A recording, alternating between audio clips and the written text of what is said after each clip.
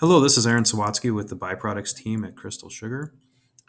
And this is the last instructional video in the series about the new web forms for preferred bidding in 2024-2025 processing campaign season. In this video, we're going to cover the last stages of the form, the byproduct feeding site data, and some information about the site ownership. So let's start off with the feed site data. This is the same data that we would collect on the Form 5. This is really important from an environmental standpoint, so we need to get this information collected. So in this case, the name of the person filling out the form. If you wrote a business before, we'd like your name here instead. That's why we want the name of the person here.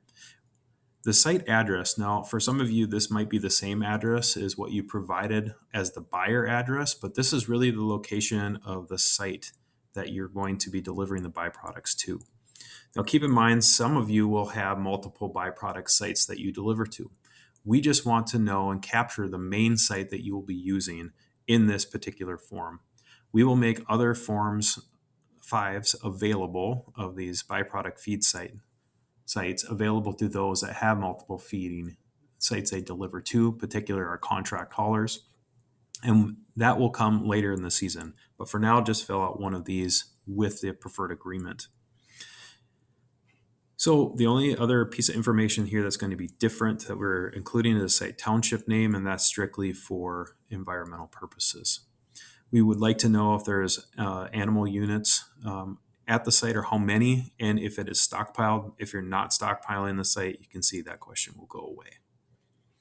The contractor information, if you're not using a contractor or you're hauling it for yourself, you would select no and then just move on. However, if you are using a contractor, select yes and just put the name of the hauler in that area. And we want the business name of that hauler in that section there. The checklist now, this is important because these get at the site setbacks. So these are the things that are required by our permit to allow you to take byproducts and feed them at your site. We need to make sure that all 3 of these checkboxes are checked here. And you say it says at least 3 options. So your feed site should meet these criteria. And if it does, we want you to select yes. If you select no or your site cannot meet these requirements, then unfortunately that site will not work for us to certify as a byproducts feed site. And you'll have to either submit a different feed site or abstain from byproducts purchases. Now we get into the site ownership.